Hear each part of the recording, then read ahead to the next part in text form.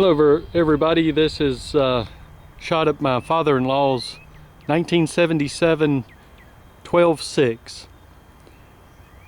The old Tecumseh engine that was in it was old and wore out, and instead of trying to find parts for it and fix it, we put us a Chinese version of the Honda engine on it. It's a 13 horsepower.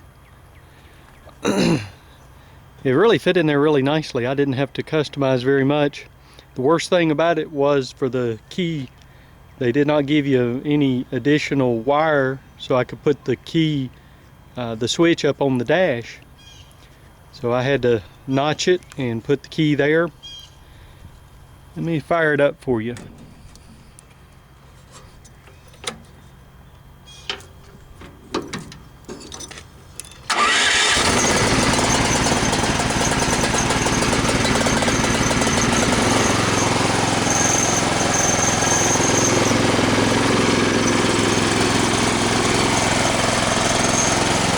Fit in there beautifully. I had to move the firewall back just a little bit, make two new brackets for the firewall and the grill. I had to cut and shorten the one for the battery, make a custom battery tray.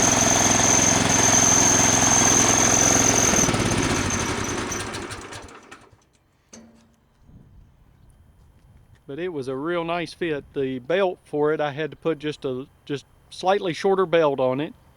Let me walk around here.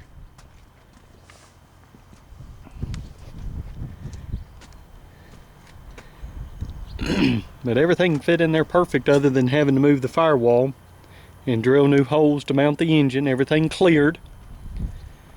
It's a good alternative to the old Tecumsehs. They were great engines, but when they are down, it's nearly impossible to get parts for them, and when you do, you pay through the nose. They are very expensive, but they were great engines. But anyway, this is what we decided to do to fix his, and it's a great alternative.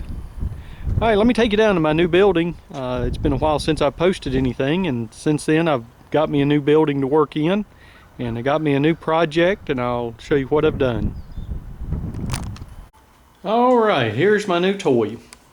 My first Sears tractor I got was a 1977 Sears 10.6. The 77 year was the only year they made the 10.6, the 12.6, the 14.6. They had a 16 and an 18.6. And each one of them was a little bit heavier duty, a little bit bigger engine in each one. And they were, in my opinion, a great tractor. But I bought the little 10.6 that had a 10 horsepower Briggs engine on it, and I've used it for everything.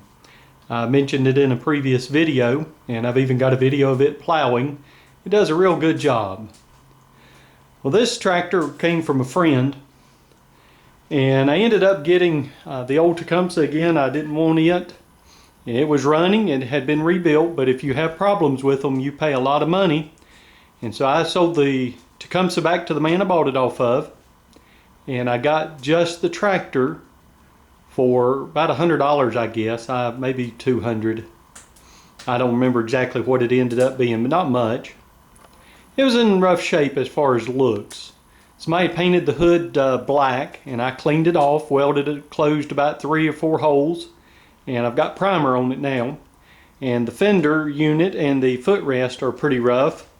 I've got a new fender unit to go on it. I'm going to put it on, and I custom made a seat off of a newer tractor. Put 3 rib tires on the front. I put tractor fluid filled tires from another tractor with the chains and the wheel weights, homemade wheel weights. And I've been pushing snow this winter with this thing, and it's done great. But the biggest update, instead of the Tecumseh, I put a diesel engine in it. This is a 13 horsepower Winsun diesel engine. The worst part about this is I had to cut the hood. Now I've got a brand new hood, or it's not new, but it looks new, and I'm not going to put it on here because I don't want to cut it. I'm going to take this hood and paint it, and it was a task getting this engine to fit. It's a whole lot of engine. I had to slide it back quite a ways. I had to put a new custom battery tray, and it is a very tight fit to get that battery in and out. And I had to put an extension on there, you see, for the exhaust. I have it coming out below the clutch pedal, brake pedal.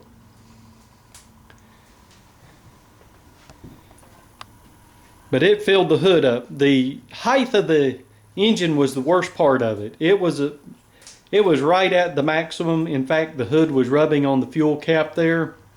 So what I did was altered the grill. The grill had been welded on. It was in kind of rough shape at the bottom and welded on, and I took it off, cleaned it up, fixed the crack places in it, remounted it, and I mounted it about a ½ inch or so, maybe 3/4 of an inch higher in the front. And of course that gave me the clearance. You can see there's the resting place for the hood, and I've got you can tell by the video, I've got about a ½ inch there now that gives me the clearance I need. But it's a hoss of an engine. This thing is very powerful. It exceeded my expectations. I pushed quite a bit of snow this winter with it over the past couple of weeks, and was thoroughly impressed with the ability. Let me start it up here for you.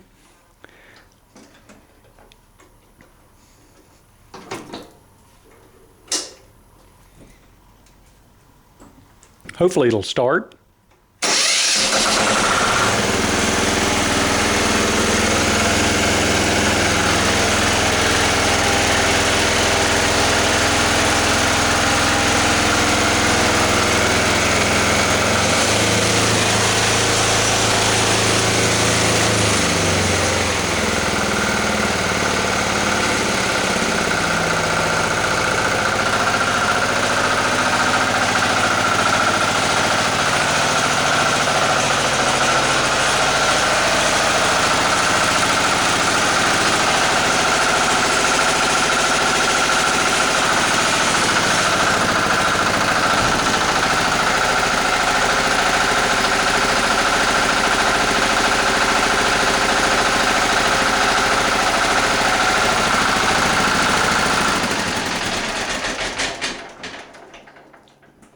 That thing is a hoss.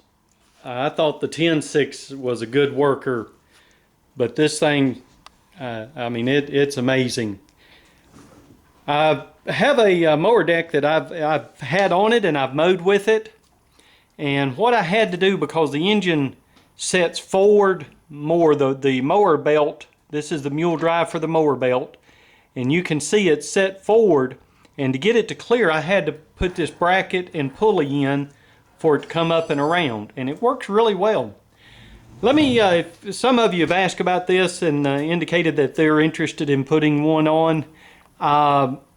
This thing moves slower than with the gas engine, and the reason is that I suppose the diesel engine idles a little bit slower RPM, and therefore it affects your speed.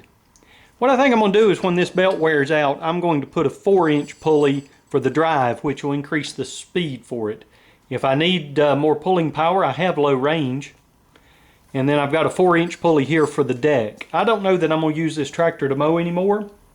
I've got the 10.6 that I'll probably use to mow with, and use this for the garden and for pushing snow. But I'm very pleased. The diesel engine cost me, it was with shipping and everything all said and done, it was about $850. And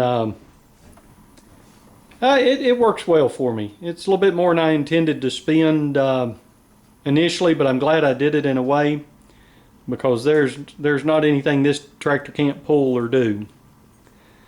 Like I said, the worst part about the installation, as far as what I had to customize, is cutting the hood. I did not like having to do that, but this thing's such a massive engine, it's what had to be done. And with the hood closed, and I'm going to do something different with my cutout. I put duct tape on there for now.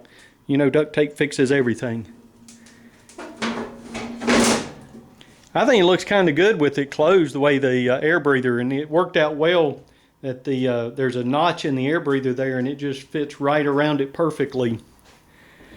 It's all dirty now from the salt from pushing and so forth. And eventually I may get this tractor painted up and get it looking better, but right now I just wanted it for working. This seat came off of my son's late 80s Craftsman tractor. We blew the engine in it. In fact, we blew 2 engines. We ended up parting it out, and I took the seat off of it and the frame here, and I made a bracket to where I can have the springs and everything. This seat sits up a little bit higher than the factory seat, which I kind of like it sitting up a little higher. I've got my 3-point hitch on there, and I've got all kind of implements to work with. So if you got a small little plot of land you want to work, you don't want a big tractor, I recommend the Sears garden tractors. The older ones, they're great tractors. If you've got one, you know what I'm talking about. Well, just wanted to give you an update of what I've been doing. It's been a while since I posted, and maybe this summer I can get a video of this thing plowing. I hope you enjoy. We'll post more later. Bye-bye.